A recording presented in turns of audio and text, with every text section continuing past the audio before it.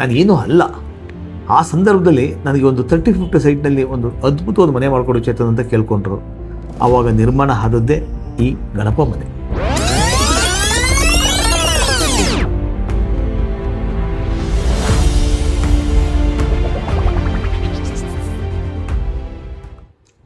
ಸ್ನೇಹಿತರೆ, ಎಷ್ಟೋ ಜನ ವಿಡಿಯೋಗಳಂತ ಮಾಡ್ತಾರೆ, ಯೂಟ್ಯೂಬ್ನಲ್ಲಿ, ಇನ್ಸ್ಟಾಗ್ರಾಮ್ನಲ್ಲಿ ಹಾಕ್ತಾ ಇರ್ತಾರೆ. ಏನು ಅಂದರೆ ಹೊಸದಾಗಿ ಮನೆಗಳನ್ನ ಫಿನಿಶಿಂಗ್ ಆಗಿರುವಂಥ ಮನೆಗಳ ವಿಡಿಯೋ ತುಂಬ ಜನ ಮಾಡ್ತಾರೆ. ನಾನು ಸ್ವಲ್ಪ ವಿಭಿನ್ನ. ಏನು ಅಂತಂದರೆ, ನನಗೆ ಆನ್ಗೋಯಿಂಗ್ ಪ್ರಾಜೆಕ್ಟ್ಸ್ ಅಂದರೆ ಕನ್ಸ್ಟ್ರಕ್ಷನ್ ನಡೀತಾ ಇರುವಂತಹ ಪ್ರಾಜೆಕ್ಟ್ಗಳು, ಅದು ಫಿನಿಶಿಂಗ್ ಆದರೆ ಯಾವ ರೀತಿ ಬರುತ್ತೆ, ಅದು ಆಟೋಕ್ಯಾಡ್ ಪ್ಲ್ಯಾನ್ ಮಾಡಿದ್ರೆ ಯಾವ ರೀತಿ ಬರುತ್ತೆ ಅನ್ನೋದನ್ನು ನಿಮಗೆ ತೋರಿಸ್ಬೇಕು ಅಂತಲೇ ನಾನು ಹೊಸ ಥರದ ವೀಡಿಯೋಗಳು ಮಾಡ್ತಾಯಿದ್ದೆ. ಮೊನ್ನೆ ಏನನ್ನಿಸ್ತು ಅಂದರೆ, ಎಲ್ಲ ಹೊಸ ಬಿಲ್ಡಿಂಗ್ ಮಾಡ್ತಾಯಿದ್ದೀವಲ್ವ, ಹಳೆಯದನ್ನು ನಾವು ನೆನೆಸ್ಕೊಳ್ಳೋದು ಯಾವಾಗ? ಯಾಕೆಂದರೆ ನಮ್ಮ ಬದುಕಿನ ಹಿಂದಿನ ಹೆಜ್ಜೆಗಳನ್ನು ನೆನೆಸ್ಕೊಂಡಿಲ್ಲ ಅಂತಂದರೆ ಅದೇನು ಅಲ್ಲವೇ ಇಲ್ಲ. ಹೀಗೆ ನಾನು 2005ನಲ್ಲಿ ಆಫೀಸ್ ಅಂತ ಮಾಡಿಕೊಂಡೆ. ನನ್ನ ಆಫೀಸ್ ತುಂಬ ಡಿಫ್ರೆಂಟಾಗಿ ಬಂದಿತ್ತು. ಆ ಪ್ಲ್ಯಾನನ್ನು ಯಾಕೋ ತೋರಿಸ್ಬೇಕು ಅಂತ ಆಸೆ ಪಟ್ಟಾಗ ನಮ್ಮ ರಿಲೇಟಿವ್ ಶಿವರಾಜು ಅಂತ ಸಿಕ್ಕಿದ್ರು. ಅವರು ಇವತ್ತು ನಾನು ಏನು ಮಾತಾಡ್ತಾ ಇದ್ದೀನಿ ಈ ಯಶಸ್ಸಿಗೆ ಅವರೊಬ್ಬರು ಮುಖ್ಯ ಕಾರಣ. ಯಾಕೆ ಮಾತಾಡ್ತಾ ಇದ್ದೀನಿ ಅಂತಂದರೆ, ನನ್ನ ಒಂದು 2013ನಲ್ಲಿ ಮಾಡಿರುವಂತಹ ಬಿಲ್ಡಿಂಗನ್ನು ನೋಡಿ ತ್ಯಾಗರಾಜ್ ಸರನ್ನು ಪರಿಚಯ ಮಾಡಿಕೊಟ್ರು. ಅವರು ನಮ್ಮ ಮನೆಗೆ ಬಂದಾಗ ಅವರು ಈ ಮನೆಯವರು ಎಷ್ಟು ಖುಷಿಯಾದರು ಅಂತಂದರೆ, ಅವರ ಮುಂದಿನ ಪ್ರಾಜೆಕ್ಟು ನನಗೆ ಮಾಡಿಕೊಡು ಅಂತ ಕೇಳ್ಕೊಂಡ್ರು. ಯಾಕೆಂದರೆ ನಾನು ಆ ಟೈಮಲ್ಲಿ ಒಬ್ಬ ಸಣ್ಣ ವ್ಯಕ್ತಿ, ನಾನೇನೂ ಅಲ್ಲ.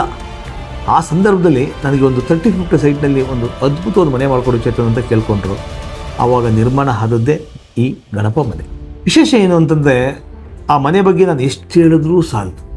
ಯಾಕೆ ಅಂತಂದರೆ, ಆ ಮನೆಯೂ ವಿಶೇಷ, ಆ ವ್ಯಕ್ತಿನೂ ಕೂಡ ವಿಶೇಷ. ಏಕೆಂದರೆ ಒಬ್ಬ ಈಗ ತಾನೇ ಬೆಳೀತಾ ಇರುವಂತಹ ವ್ಯಕ್ತಿಗೆ ಅಷ್ಟೊಂದು ಅವಕಾಶ ಅಷ್ಟು ಸುಲಭವಾಗಿ ಯಾರೂ ಕೊಡೋದಿಲ್ಲ. ಆ ಜಾಗ ನೋಡಿದ್ರೆ ನೀವು ನೋಡಬೇಕಾಯಿತು, ಅದೆಲ್ಲ ಗುಡ್ಡದ ಪ್ರದೇಶ. ಆಲ್ರೆಡಿ ಅಂದರೆ 2008ರಲ್ಲಿ ನಿರ್ಮಾಣ ಆದಂತಹ ಮನೆ 2007ನಲ್ಲಿ ಸ್ಟಾರ್ಟ್ ಮಾಡೋಕ್ಕೆ ಹೋದಾಗ ಅದು ಹೆಚ್ಚು ಕಮ್ಮಿ ಒಂದು 15-20 ಅಡಿ ಸ್ಲೋಪ್ ಇರುವಂತಹ ಸೈಟು. ಆ ಜಾಗನ ನಾನೇನು ಮಾಡಿದೆ, ಒಂದು ಸೆಲ್ಲರಾಗಿ ಪ್ರೊವಿಷನ್ ಮಾಡಿಕೊಂಡೆ. ನಂತರ ಆ ಮನೆ ಮುಂಭಾಗ ಒಂದು ಡಿಫ್ರೆಂಟ್ ಟೈಪ್ ಆಫ್ ಕಾಂಪೌಂಡ್ ಕೊಟ್ಟೆ, ಎಂಟ್ರಿ ಡಿಫ್ರೆಂಟಾಗಿ ಮಾಡಿಕೊಟ್ಟೆ. ಆ ಸ್ಟೋನ್ನಲ್ಲೇ ಒಂದು ವಿಭಿನ್ನವಾದ ಅವತ್ತಿನ ಕಾಲಕ್ಕೆ ಅಷ್ಟು ಆಲೋಚನೆ ಮಾಡಿ ಮನೆಯನ್ನು ಮಾಡಿದ್ದೀನಿ ಅಂತಂದರೆ ತುಂಬ ವಿಶೇಷ. ಯಾಕೆಂದರೆ ಈ ಮಾತನ್ನು ನನ್ನ ಕಡೆಯಿಂದ ಕೇಳೋದಕ್ಕಿಂತ ಓನರ್ ಕಡೆಯಿಂದ ಕೇಳೋದು ನಿಮ್ಗೆ ಇನ್ನೂ ಖುಷಿಯಾಗುತ್ತೆ. ಯಾಕೆಂದರೆ ಆ ಮನೇನ ಅವತ್ತಿನ ಜಮಾನದಲ್ಲಿ ನಾನು ಸ್ಪ್ಲಿಟೇಟ್ ಕಮ್ ಡೂಪ್ಲೆಕ್ಸ್ ಕಾನ್ಸೆಪ್ಟ್ನಲ್ಲಿ ಮನೆ ಮಾಡಿಕೊಟ್ಟು ಸೆಲ್ಲರ್ ಪ್ರೊವಿಷನ್ ಮಾಡಿ ಮನೆಯನ್ನು ಸ್ಪ್ಲಿಟೇಟ್ ಮಾಡಿದ್ದೆ. ಯಾಕೆಂದರೆ ರೋಡಿಂದ ಎಂಟ್ರಿ ಆದರೆ ಒಂದು 3 feet 8 ವರಾಂಡ ಸಿಗುತ್ತೆ. ವರಾಂಡದಿಂದ ಒಳಗಡೆ ಹೋದರೆ ಲಿವಿಂಗ್ ಏರಿಯಾ ಫಸ್ಟ್ ಅಂತ ಸಿಕ್ಕೊಡ್ತೀನಿ. ನಂತರ ಅಫಿಷಿಯಲ್ ಇನ್ನೊಂದು ಲಿವಿಂಗ್ ಏರಿಯಾ ಮಾಡಿದ್ದೀನಿ. ಕಿಚನ್ ಪೋರ್ಷನ್ಸ್ ಆಗ್ಬೋದು, ಡೈನಿಂಗ್ ಆಗ್ಬೋದು, ಒಂದು ಬಾತ್ರೂಮು, ಒಂದು ಬೆಡ್ರೂಮ್ ಮಾಡಿದ್ದೆ. ಇಷ್ಟು ಒಂದು ಗ್ರೌಂಡ್ ಫ್ಲೋರ್ನಲ್ಲಿ ಬಂದಿರುವಂತಹ ಮನೆ. ಜೊತೆಗೆ ಮನೆಯ ಮೇಲ್ಭಾಗ 2 rooms ವಿತ್ ಅಟ್ಯಾಚು ಪ್ರತಿಯೊಂದು ಮಾಡಿಕೊಟ್ಟಂಥ ಮನೆ. ಏಕೆಂದರೆ ನಾನು ಈ ಮನೆ ಬಗ್ಗೆ ಎಷ್ಟು ಹೇಳೋದು ಯಾಕೆ ಸಾಲಲ್ಲ ಅಂದರೆ, ನನ್ನ ಬದುಕನ್ನು ಬದಲಿಸಿದಂಥ ಮನೆ ಅಂತ ನಾನು ಹೇಳೋದಕ್ಕೆ ಇಷ್ಟಪಡ್ತೀನಿ. ಸ್ನೇಹಿತರೆ, ಬರೀ ನನ್ನ ಮಾತೇ ಆಯ್ತಲ್ವಾ, ಈ ಮನೇನ ಒಂದ್ಸರಿ ನೋಡೋಣ. 2008ರಲ್ಲಿ ಹೇಗೆ ಮಾಡೋದು, ಅವತ್ತು ಮನೆ ಫಿನಿಶಿಂಗ್ ಹೇಗಿತ್ತು, ಅಥವಾ ಫೋಟೋಗಳೆಲ್ಲ ನಿಮ್ಗೆ ತೋರಿಸ್ತೀನಿ. ಜೊತೆಗೆ ಅಥವಾ ವಿಡಿಯೋನೂ ಕೂಡ ತೋರಿಸ್ತೀನಿ. ಓನರು ನಮ್ಮ ಬಗ್ಗೆ, ನಮ್ಮ ಅವತ್ತಿನ ಕಾಲದ ಘಟನೆಗಳ ಬಗ್ಗೆ ಒಂದೆರಡು ಎಕ್ಸ್ಪ್ಲೇನ್ ಮಾಡ್ತಾರೆ. ನೋಡಿ ಅನಿಸಿಕೆಗಳನ್ನ ನನಗೆ ಕಮೆಂಟ್ಸ್ ಮಾಡಿ ತಿಳಿಸಿ.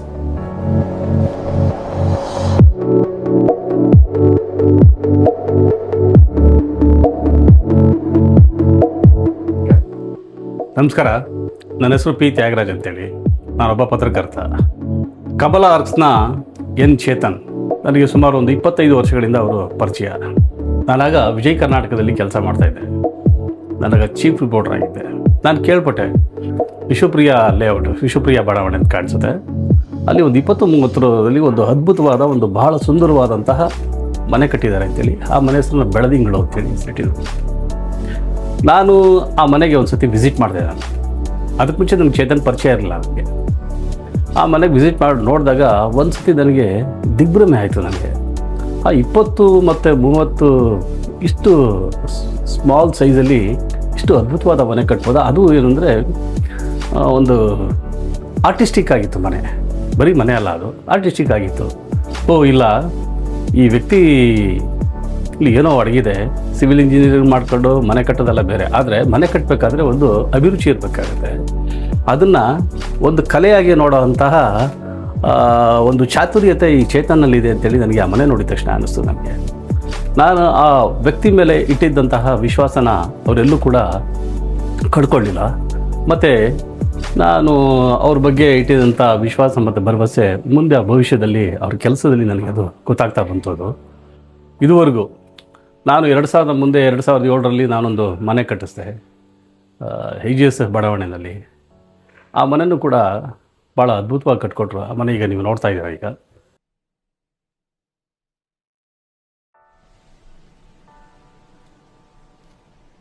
ನಾನು 2007ರಲ್ಲಿ ಮನೆ ನಿರ್ಮಾಣ ಶುರು ಮಾಡಿದ್ದು 2008ಕ್ಕೆ ಮುಗೀತು. ಅಂದರೆ 14 ತಿಂಗಳಲ್ಲಿ, ಕೇವಲ 14 ತಿಂಗಳಲ್ಲೇ ಮನೆ ನಿರ್ಮಾಣ ಕಾರ್ಯ ಮುಗೀತು. ಸುಮಾರು 18 ವರ್ಷಗಳಾಗಿದೆ ಈಗ.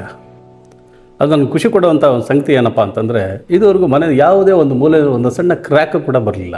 ಅಷ್ಟು ಅದ್ಭುತವಾದ ಗುಣಾತ್ಮಕವಾದ ಕೆಲಸವನ್ನು ಚೇತನ್ ಅವರು ಮಾಡಿಸ್ಕೊಟ್ಟಿದ್ದಾರೆ.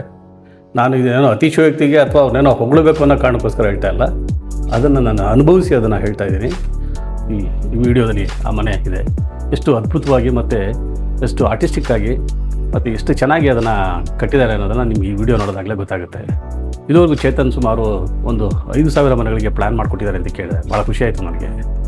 ಆಮೇಲೆ ಒಂದು 200-250 ಮನೆಗಳನ್ನ ಕಟ್ಕೊಟ್ಟಿದ್ದಾರೆ. ಮತ್ತು ಭಾಳ ಪ್ರಮುಖವಾದ ವಿಚಾರ ಏನಂತಂದರೆ, ಕಮಲಾ ಆರ್ಟ್ಸ್ಗೆ ಮುಖ್ಯಸ್ಥ ಚೇತನ್ ಆಗಿರ್ಬೋದು, ಆದರೆ ಯಾವತ್ತೂ ಕೂಡ ಒಂದು ಟೀಮ್ ವರ್ಕ್ ಇದ್ದರೆ ಯಾವುದೇ ಒಂದು ಕಾರ್ಯ ಯಶಸ್ವಿ ಆಗೋದಕ್ಕೆ ಸಾಧ್ಯ. ಭಾಳದು ಒಂದು ಉತ್ತಮವಾದ ಒಂದು ತಂಡವನ್ನು ಅವರು ಕಟ್ಟಿದ್ದಾರೆ. ಆ ತಂಡದ ಪರಿಶ್ರಮವನ್ನು ಕೂಡ ನಾನು ನೋಟಿಸ್ ಮಾಡಿದ್ದೀನಿ. ಆ ತಂಡದ ಪರಿಶ್ರಮದಿಂದ ಒಂದು ಉತ್ತಮವಾದ ಕೆಲಸಗಳು ಮೂಡಿ ಬರ್ತಾಯಿದೆ. ಯಾರೋ ಒಬ್ಬರು ನಾಯಕರಾಗಬೇಕು ಅಂದರೆ ಸುತ್ತ ಒಂದು ಟೀಮ್ ಇರಬೇಕು. ಆ ಟೀಮ್ ಇದ್ದಾಗಷ್ಟೇ ಅವ್ರು ನಾಯಕರಾಗೋಕ್ಕೆ ಸಾಧ್ಯ. ಚೇತನ್ ಅವರು ಆ ರೀತಿ ನಾಯಕರಾಗೋದರಲ್ಲಿ ಅವರ ತಂಡದ ಪರಿಶ್ರಮ ಕೂಡ ಕೆಲಸ ಮಾಡಿದೆ. ಸೊ ನಾನು ಈ ಮುಖಾಂತರ ಕಮಲಾ ಆರ್ಟ್ಸ್ಗೆ, ಅದರ ಮುಖ್ಯಸ್ಥ ಚೇತನ್ ಅವರಿಗೆ ಮತ್ತು ಅವರ ತಂಡಕ್ಕೆ ತುಂಬ ಹೃದಯದಿಂದ ಅಭಿನಂದಿಸ್ತಾ ಇದ್ದೀನಿ.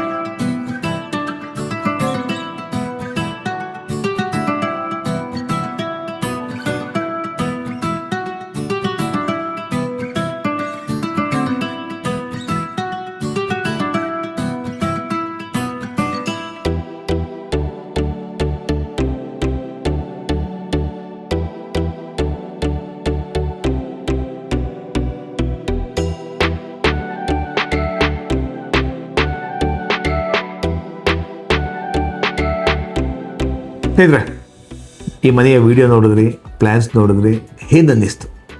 ಯಾಕೆಂದರೆ ತುಂಬ ಜನ ಹೊಸತ್ರ ಬಗ್ಗೆ ಆಲೋಚನೆ ಮಾಡ್ತಾ ಇರೋ ಟೈಮ್ನಲ್ಲಿ ನನ್ನ ಹಳೆಯ ಮನೆ ನನ್ನ ಒಂದು ಸಾಧನೆ ಅಂತ ಅನ್ಕೋಬೋದು. ಆ ಥರದ ಮನೆ ಬಗ್ಗೆ ನಾನು ಒಂದು ವಿಡಿಯೋ ಮಾಡಿ ಹಾಕಿದ್ದೀನಿ. ಇದು ನಿಮಗೆ ಇಷ್ಟವಾಗಿದ್ದರೆ ದಯವಿಟ್ಟು ಕಮೆಂಟ್ಸ್ ಮಾಡಿ. ಈ ಥರ ಇನ್ನೂ ಕೆಲವೊಂದು ಮನೆಗಳಿದೆ, ಹಳೆ ಮನೆಗಳು ಹೇಗೆ ಮಾಡಿದ್ದು ಅನ್ನೋದ್ರ ಬಗ್ಗೆ ನಿಮಗೆ ಎಕ್ಸ್ಪ್ಲೇನ್ ಮಾಡಿಕೊಡ್ತೀನಿ. ಈ ವಿಡಿಯೋ ನಿಮಗೆ ಇಷ್ಟವಾಗಿದ್ದರೆ ಲೈಕ್ ಮಾಡಿ, ಶೇರ್ ಮಾಡಿ. ಈ ಥರದ ಉತ್ತಮವಾದ ವಿಡಿಯೋ ನೋಡಬೇಕು ಅಂತಿದೆ ನಮ್ಮ ಕಮಲಾ ಆರ್ಟ್ಸ್ನ ಸಬ್ಸ್ಕ್ರೈಬ್ ಮಾಡಿ. ನಾನು ನಿಮ್ಮ ಮನಃಚೇತನ್. ಉತ್ತಮವಾದ ಮಾಹಿತಿಯೊಂದಿಗೆ ಮುಂದಿನ ವಿಡಿಯೋದಲ್ಲಿ ಮತ್ತೆ ಸಿಗೋಣ. ಎಲ್ಲರಿಗೂ ಧನ್ಯವಾದಗಳು.